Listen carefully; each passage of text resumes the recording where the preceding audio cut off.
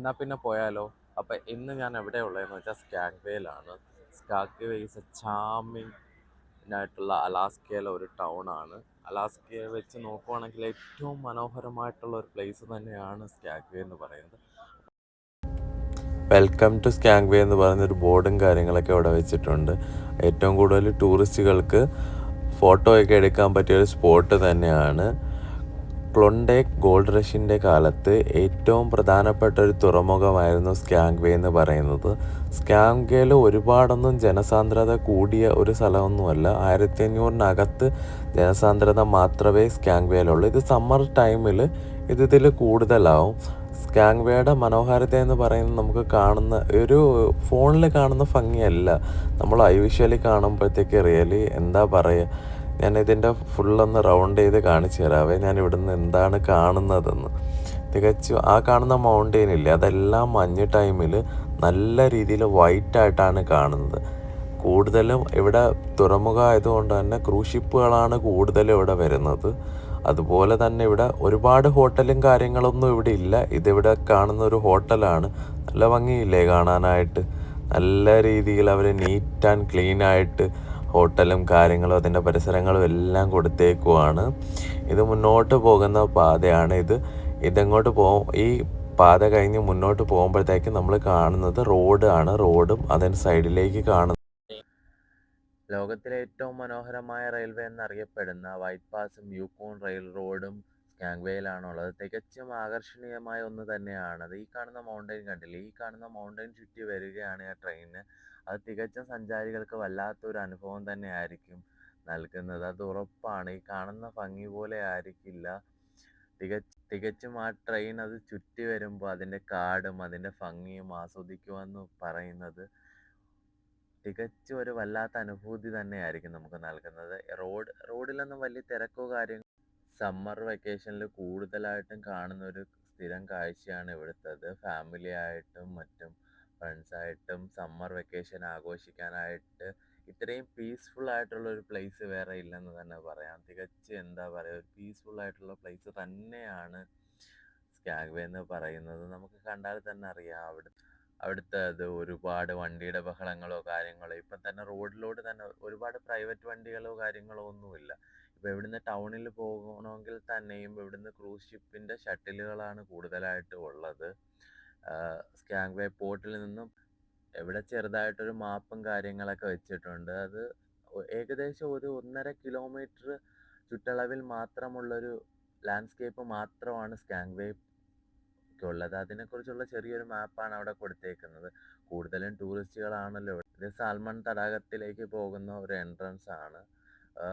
ഇത് ഒരു ഓപ്പണായി കിടക്കുന്ന പ്ലേസ് ആയതുകൊണ്ട് ഒരുപാട് എൻട്രൻസുകൾ ഉണ്ട് തടാകത്തിലേക്ക് പോവാൻ. നിങ്ങൾക്ക് കാണുന്നൊന്നും അറിയില്ല, താഴെ കാണുന്നതാണ് തടാകം. നമുക്ക് തടാകത്തിലെ കാഴ്ചകൾ എന്തൊക്കെയാണെന്ന് നോക്കാം. സാൽമൺ ഉണ്ടോ ഇല്ലയോ എന്നൊന്നും നമുക്ക് പറയാൻ കഴിയില്ല. നോക്കാം നമുക്ക്. ഇത് വുഡ് കൊണ്ട് ഉണ്ടാക്കിയ ഒരു പാലമാണ് കേട്ടോ. ഈ പാലം നമ്മൾ കവർ ചെയ്ത് ചെല്ലുന്നത് ഒരു മൈതാനം പോലുള്ള ഒരു പ്ലേസിലേക്കാണ്. തികച്ചും ക്ലിയർ വാട്ടറാണ് കേട്ടോ. ക്ലിയർ, നമുക്കതിൻ്റെ അടിഭാഗം വരെ കാണാൻ പറ്റും. അത്രയ്ക്ക് ക്ലിയർ ആയിട്ടുള്ള വാട്ടർ. ഞാൻ നിങ്ങൾക്ക് നല്ലൊരു വ്യൂ കാണിച്ചു തരാവേ. മുന്നോട്ട് പോകുമ്പോഴത്തേക്ക് ഇവിടെ ബോർഡും കാര്യങ്ങളൊക്കെ വെച്ചിട്ടുണ്ട്. അവിടെ എന്തൊക്കെയാണ് ഉള്ളത് കാര്യങ്ങൾ എന്നൊക്കെ ഞാൻ നിങ്ങൾക്ക് നല്ലൊരു ബ്യൂട്ടിഫുൾ വ്യൂ കാണിച്ചു തരാം. പ്രത്യേകിച്ച് എനിക്കിത് കണ്ടപ്പോൾ നല്ലൊരു വ്യൂ ആണെന്ന് തോന്നി. അതെനിക്ക് നിങ്ങളെ കുറെ കാണിച്ചു തരണമെന്ന് തോന്നി. ഞാനത് കാണിച്ചു തരാവേ.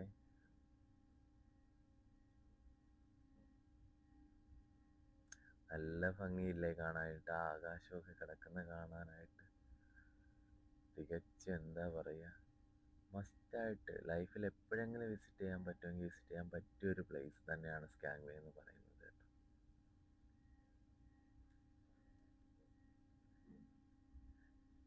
നമുക്ക് തടാകത്തിലേക്ക് പോകാം. സാൽമൺ തടാകത്തിലേക്കാണല്ലോ നമ്മൾ മെയിനായിട്ട് വന്നത്. അപ്പം നമുക്കവിടെ സാൽമൺ ഫിഷിനെ കാണാൻ കഴിയില്ല എന്നൊന്നും എനിക്കറിയത്തില്ല.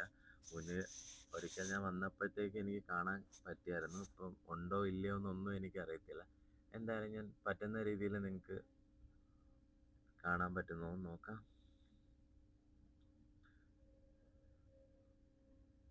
ഒന്നിനെയും കാണുന്നില്ല കേട്ടോ. നോക്കാം എന്തായാലും. കാണാതിരിക്കില്ല എന്തായാലും. സമ്മർ ടൈമിൽ എന്തായാലും സാൽമൺ ഫിഷസ് ഇവിടെ വരാറുള്ളതാണ്. നിങ്ങൾക്ക് കാണുന്നുണ്ടോ എന്നറിയില്ല. അവിടെ അവിടെ രണ്ടെണ്ണം ഉണ്ട് കേട്ടോ. എനിക്ക് നല്ല രീതിയിൽ ക്ലിയർ ആയിട്ട് കാണാം. നിങ്ങൾക്ക് കാണാൻ പറ്റുന്നൊന്നും എനിക്കറിയില്ല കേട്ടോ. ഈ കാണുന്നതാണ് സാൽമൺ ഫിഷസ്.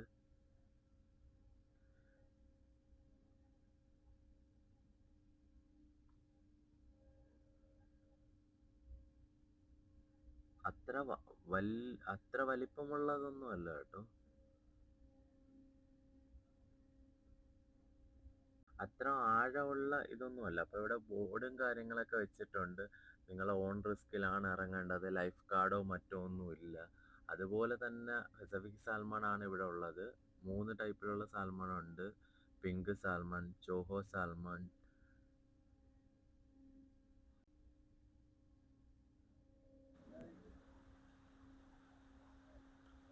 ഇവിടെ കൂട്ടമായിട്ട് കിടക്കുന്ന കേട്ടോ. ഫിഷിംഗ് ഒക്കെ ചെയ്തുകൊണ്ടിരിക്കുകയാണ് ആളുകൾ.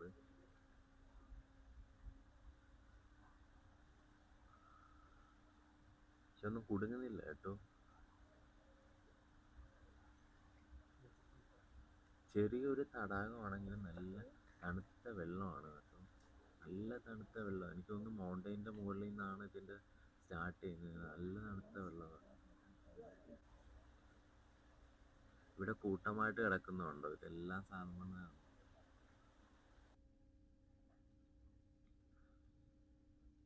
ഇവിടെ എല്ലാം ഓരോ മാപ്പും കാര്യങ്ങളും അതിനകത്തൊക്കെ എഴുതി വെച്ചിട്ടുണ്ട്. സാൽമണിൻ്റെ ആ ഒരു ഇതൊരു ഫിഷ് ടെയിലാണ്, അതിൻ്റെ എങ്ങനെയാണ് എന്നുള്ളതൊക്കെ എഴുതി വെച്ചിട്ടുണ്ട്.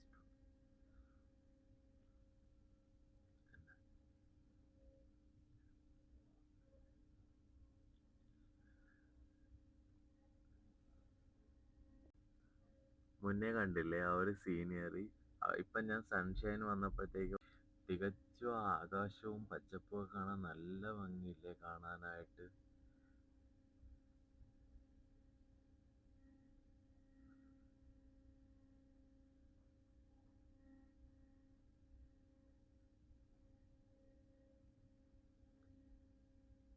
തികച്ചും കാണേണ്ട ഒരു കാഴ്ച തന്നെയാണ് കേട്ടോ സ്കാങ്വേയിലെ സമ്മർ വെക്കേഷൻ. ഞാൻ വീണ്ടും പറയുവാണ്, ലൈഫിൽ നമുക്ക് എപ്പോഴെങ്കിലും ഒരു ട്രിപ്പ് പോകണം, എങ്ങനെയെങ്കിലും ആഘോഷിക്കാൻ പറ്റുമെങ്കിൽ സ്കാങ്വേ മസ്റ്റായിട്ട് വിസിറ്റ് ചെയ്യണം കേട്ടോ.